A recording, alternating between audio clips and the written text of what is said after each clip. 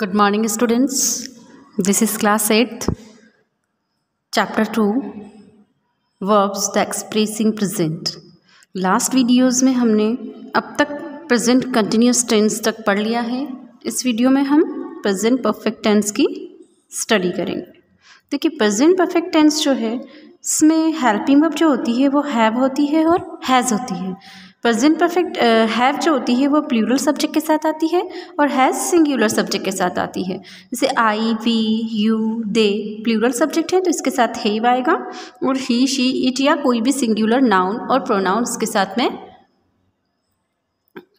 Has आता है। ठीक है, अब एग्जाम्पल दे रखा है यहाँ पे अफर्मेटिव नेगेटिव का, तो I have drawn, I haven't drawn, I have not drawn.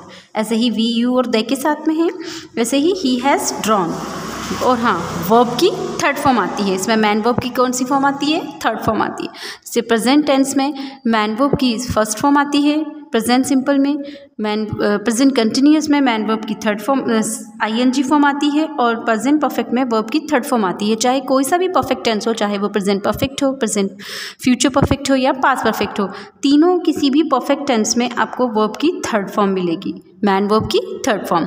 क्योंकि वर्ब की थर्ड फॉर्म में ही क्या होता है, काम का पूरा होना बताया जाता है। तो परफेक्ट का मीन्स ही पूरा होना होता है। ठीक है, तो अब ये तो हो गया आपका अफर्मेटिव और नेगेटिव सेंटेंस का स्ट्रक्ट फॉर्मूला। इंट्रोगेटिव सेंटेंस देखिए, जब हम इंट्रोगेटिव सेंटेंस बनाते हैं तो जैसे हमने पिछले चैप्टर में, पिछले जो वीडियो में हमने सीखा था कि subject and helping verb interchange हो जाते हैं।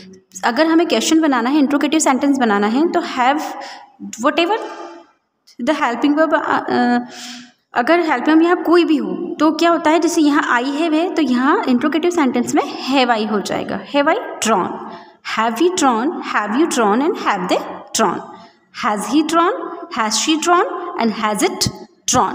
ये क्या हो जाएगा, इंटरचेंज हो जाता है सब्जेक्ट हेल्पिंग वर्ब की जगह और हेल्पिंग वर्ब सब्जेक्ट की जगह। क्योंकि क्वेश्चन जो होते हैं वो तीन टाइप के बनते हैं, तीन टाइप से बनते हैं। एक तो हेल्पिंग वर्ब, अगर क्वेश्चन में हेल्पिंग वर्ब है, हेल्प वर्ब से बनते हैं, एक मॉडल ऑक्सिलरी से बनते हैं और एक क्वेश्चन वर्ड से बनते हैं।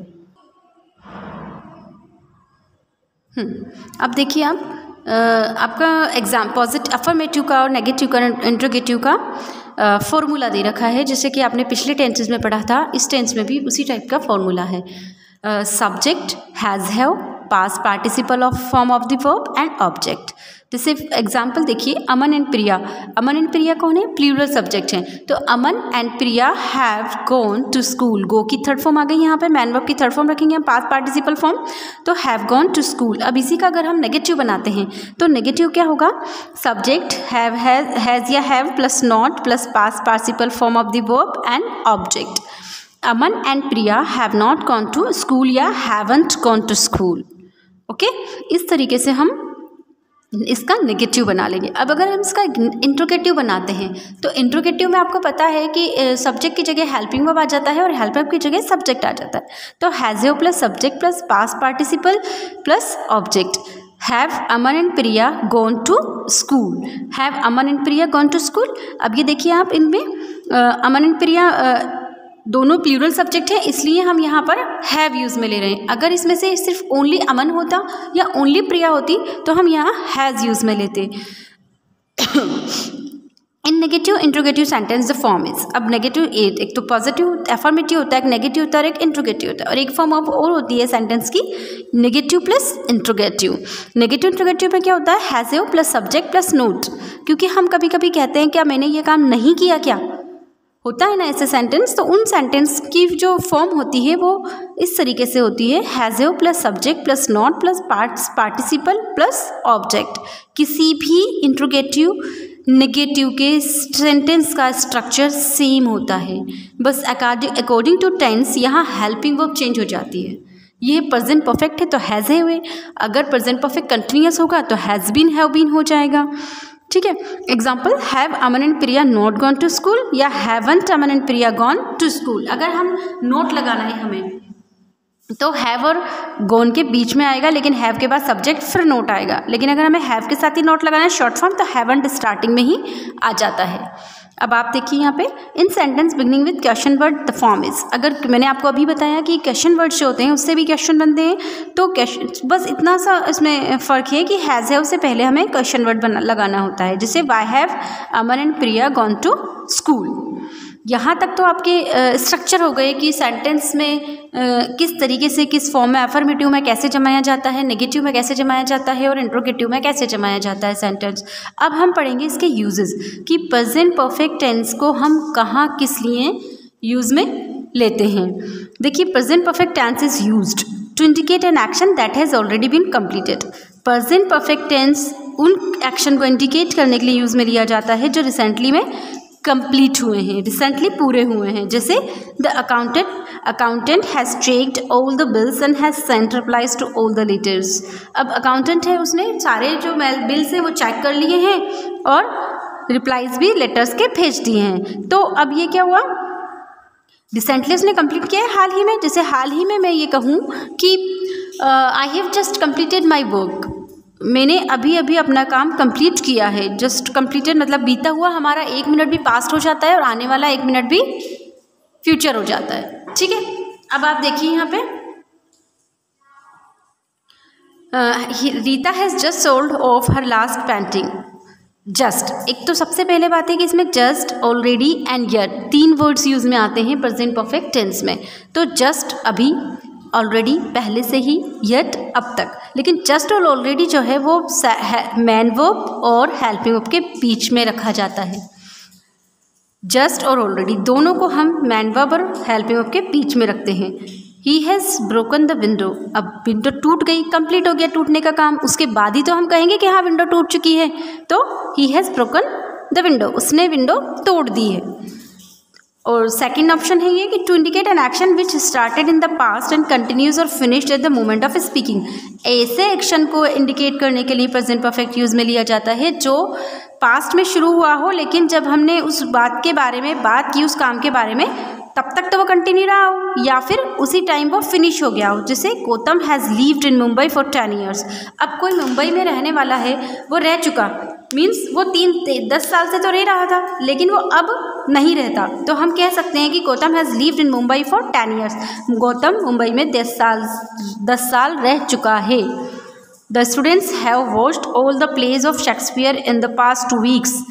पास्ट 2 weeks से मतलब ये नहीं कि इसको हम पास्ट परफेक्ट टेंस में रख देंगे, नहीं, क्योंकि ये जब हमने बोला तो ये उनका देखने का काम पूरा हो चुका था। तो हम क्या कहेंगे, the students have watched all the plays of Shakespeare in the past 2 weeks। I have worked in this office for 10 years। वही, मैंने इस ऑफिस में 10 साल काम कर चुकी हूँ, मैं इस ऑफिस में 10 साल काम कर चुकी हूँ। मतलब जब हम बात कर रहे हैं उस काम के बारे में तब तक वो कंटिन्यू था, लेकिन जब हमने बात की तो वो काम पूरा हो चुका है, इसलिए हमने यहाँ पे हैव वर्कड लगाया। अगर हमारा यह काम अभी तक चलता होता तो आई एम वर्किंग आ जाता, वो प्रेजेंट कंटिन्यूअस टेंस हो जाता। नेक्स्ट देखिए example, third one is to indicate a past event for which time is not mentioned but its effect can be felt at the time of speaking. ऐसे past action को, past event को indicate करने के लिए हम present perfect tense use में लेते हैं जिसमें टाइम मेंशन नहीं किया गया होता, जिसमें टाइम नहीं दिया गया होता, लेकिन उसका जो इफ़ेक्ट है वो हम बोलते टाइम महसूस कर सकते हैं। जैसे कि the children have had their dinner. अब चिल्ड्रन ने अपना डिनर कर लिया है, कर चुके हैं। हैव तो उसकी हेल्पिंग वर्ब है और हैव डिनर हम कहते हैं ना, काम डिनर कर लेना, तो उसकी हैव की थर्ड फॉर्म है हैड, क्योंकि हमें हैज़ हैव के साथ थर्ड फॉर्म लगानी होती है, इसलिए हैव की थर्ड फॉर्म है, क्योंकि हैव और हैज़ जो है अपने आप में एक मैन वर्ब का भी काम करता है। अब इसका इम्पैक्ट क्या है, इफेक्ट क्या है कि they had their dinner some time ago, कुछ टाइम पहले ही उन्होंने अपना डिनर किया है, तो but they are not hungry now. अब इसका इफेक्ट क्या है कि जब उन्होंने डिनर कर लिया तो उसमें अब वो हंग्री नहीं है। ठीक है, due to the ongoing construction work the traffic police have close this road. अब देखो ऑन कंस्ट्रक्शन वर्क चल रहा है, तो की वजह से ट्रैफिक पुलिस ने हैव क्लोज दिस रोड, इस रोड को क्लोज कर दिया है, कर चुका है पुलिस, ट्रैफिक पुलिस कर चुकी है। So no vehicles can move along this road now. अब उसका इफेक्ट क्या है बोलते टाइम, जब हम जाएंगे कहीं देखेंगे कि व्हीकल नहीं है सामने हमारे, और मतलब रोड क्लोज है, तो हम क्या कहेंगे, due to the ongoing construction work the traffic police have close the road. अब इफेक्ट क्या पड़ रहा है कि अब जा ही नहीं सकते, इसको क्रॉस ही नहीं कर सकते इस रोड को, ठीक है। अब आप देखिए रिमेंबर में कि ये जो 3 यूज़ है, प्रेजेंट परफेक्ट के ओनली 3 यूजेस हैं, और 3 यूज़ के बाद में एक मैंने अभी आपको बताया था कि ऑलरेडी, येट, जस्ट 3 आते हैं।